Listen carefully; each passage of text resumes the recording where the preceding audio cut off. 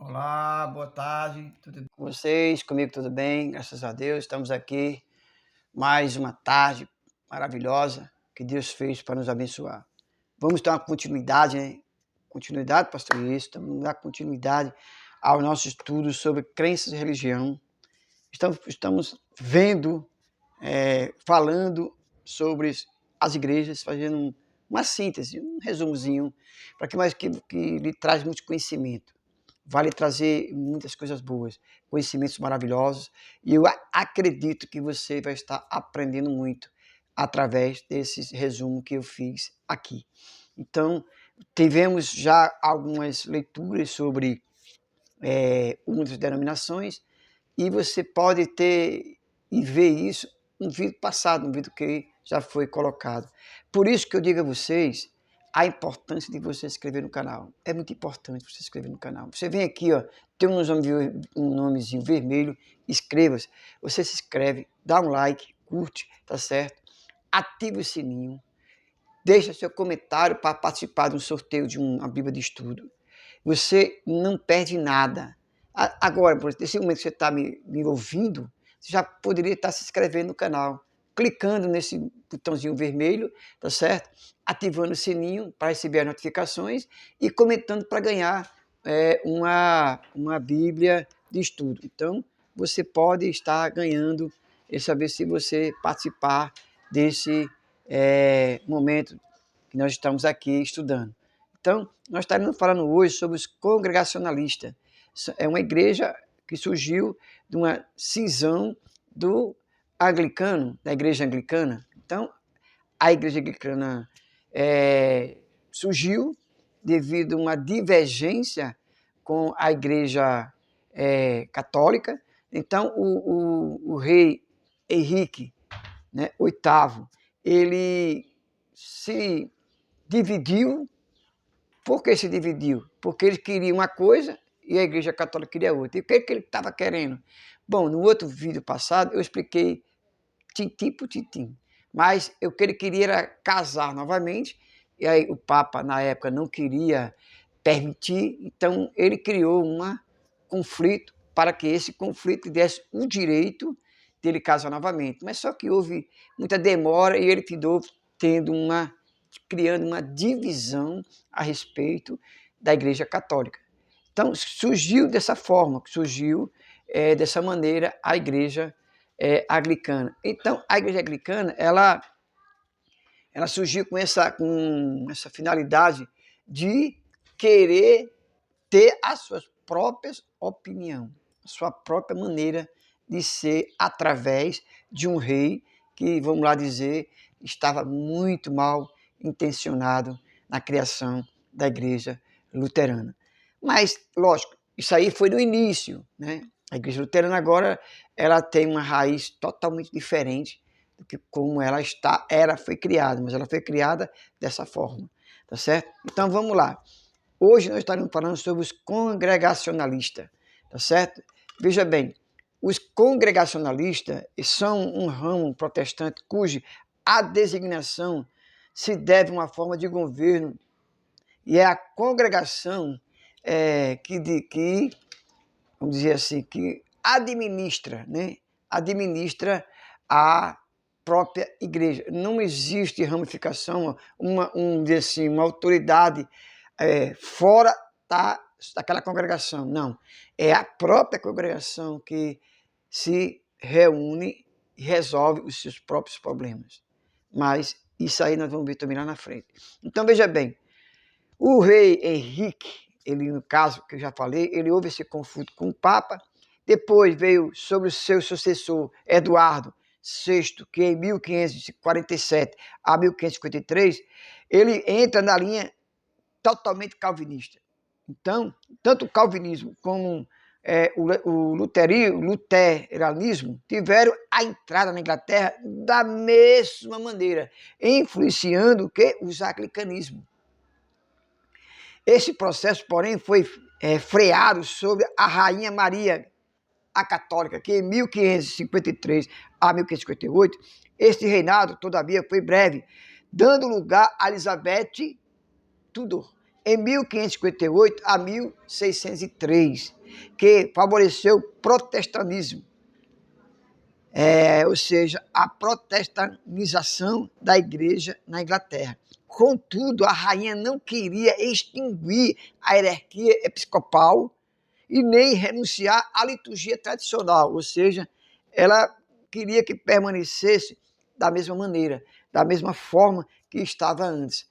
E surgiram, então, ministros, pastores anglicanos descontentes que desejavam ir mais longe na reforma eclesiástica, queriam purificar tanto o credo como a prática da igreja anglicana, despojando mais e mais as suas tradições católicas.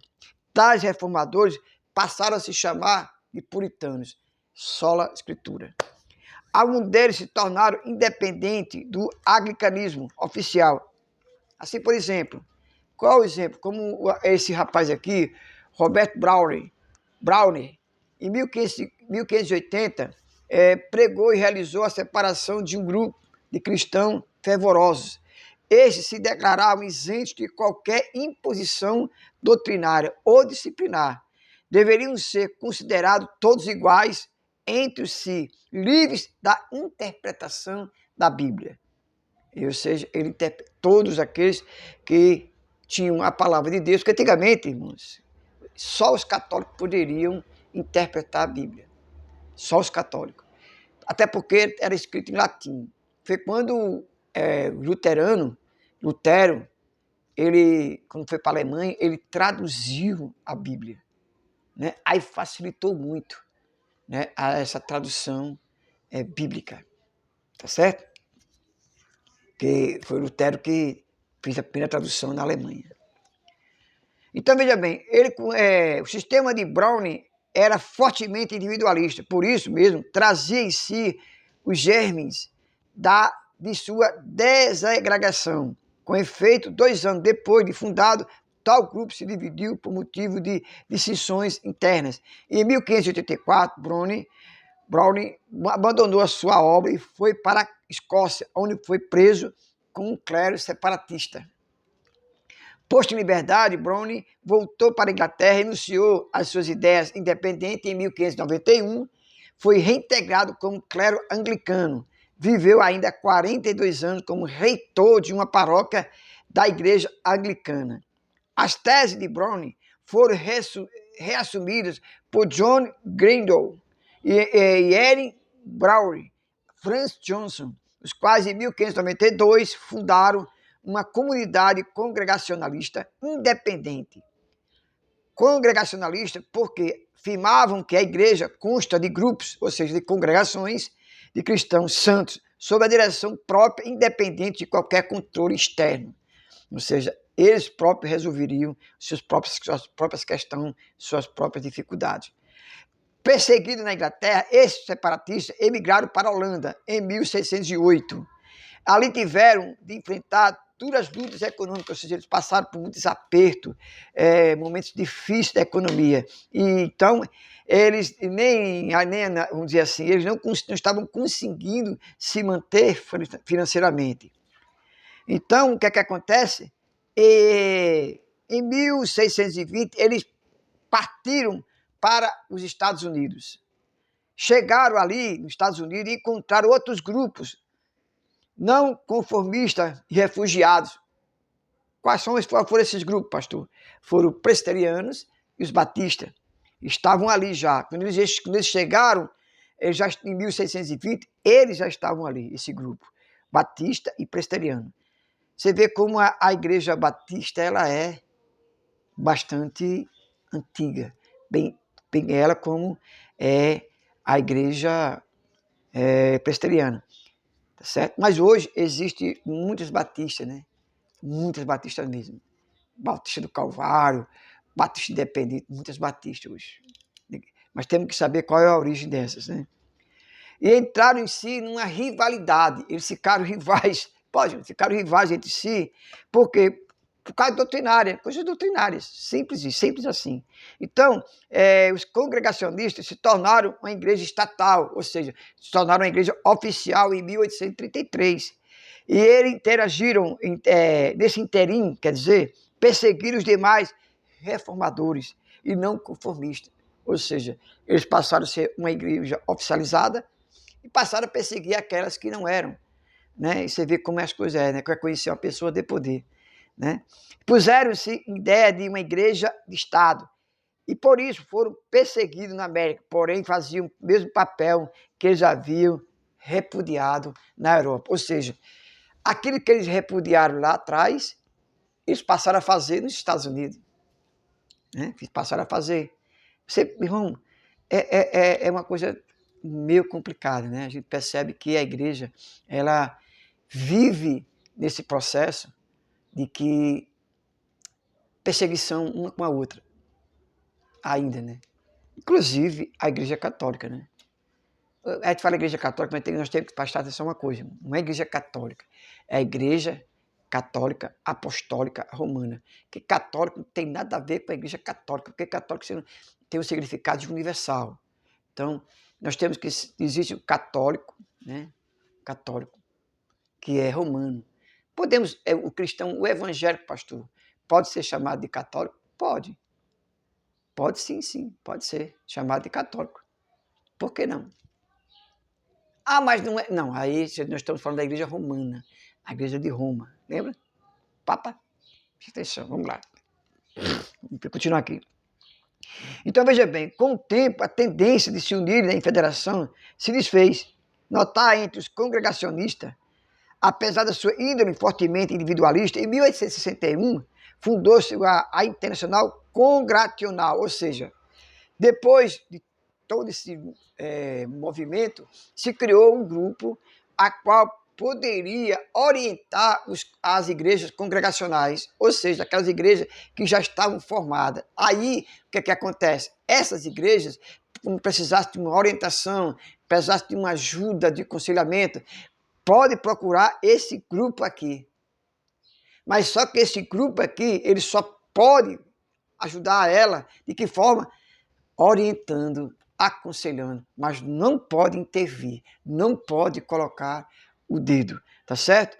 Então, os congregacionalistas, eles professam um grande princípio do calvinismo, semelhante ao de Batista, calvinista, que tem Batista calvinista. Tem, porém, a sua organização eclesiástica própria.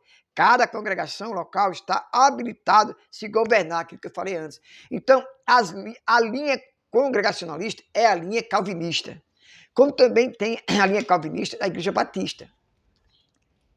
Pastor, qual é a diferença? O que é que tem a ver isso?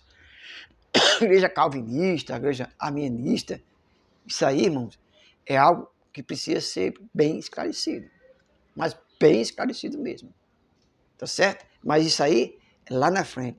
Por isso que eu digo a você, vem aqui, se inscreve no canal, vem aqui, tem o nomezinho vermelho, inscreva no canal, ative o sininho para receber as notificações. Porque quando você se inscreve e ativa o sininho, quando eu colocar algo sobre esse tema, você será notificado. Então, eu conto com a sua ajuda. Vamos lá, continuando. Veja só. Então, eles aqui, irmãos, fizeram isso. Então, os congregacionistas têm os princípios calvinistas. Tá certo? E existem alguns princípios, 2 princípios doutrinários. Quais são eles? Veja bem, um dos princípios doutrinários. O Senhor chama os eleitos individualmente, mas lhe pede que se associe a fim de se edificar e celebrar o culto público. Cada congregação local é a igreja, no sentido pleno do termo, e não está sujeito a nenhuma jurisdição exterior, aquilo que eu falei também lá no início, né? Que criou-se a igreja, ninguém mete a mão ali. Eles próprios sabem resolver os seus próprios problemas. Então, existem na igreja funcionários, e volto a repetir, irmãos, porque funcionários, quem são esses funcionários? Pastores, diáconos, presbíteros. Pastor, a igreja católica tem isso? Tem. Os padres são funcionários de Roma. Existe funcionários da Igreja Católica.